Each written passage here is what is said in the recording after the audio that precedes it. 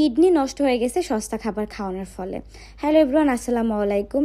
একটা আপু আমাকে কমেন্ট করে বলতেছে যে আপু, আমার বিড়ালের অনেকের ভিডিও দেখানোর ফলে আমি একটা খাবার খাওয়ানোর ফলে আমার বিড়ালের কিডনি ড্যামেজ হয়ে গেছে না বুঝে খাওয়ানোর ফলে।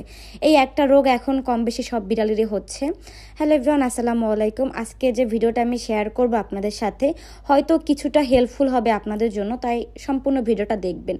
যেহেতু আমার গুচি বাসার ভিতরেই থাকে, তো কানিবার এই খাবারটা ইনডোর। এটা মূলত টুনা প্লাস চিকেন দিয়ে বানানো, খুবই সফট জেলি আকারে। আর বিড়ালগুলো তেমন একটা খেলাধুলা করতে চায় না, তো যখন আমি কানিবার ইনডোর পাউচটা ওদেরকে দেই, দেখলাম যে না মাশাআল্লাহ ওরা অনেক খেলাধুলা করতেছে, অনেক অ্যাক্টিভ।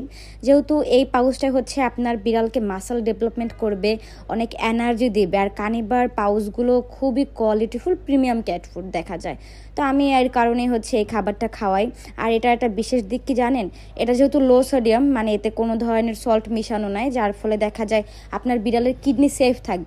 তো যাদের কিডনি নিয়ে এখন সমস্যায় ভুগতেছেন, আমি মনে করি এই পাউচটা দিলে আপনাদের কিডনির সমস্যাটা নিয়ে আর চিন্তা করতে হবে না।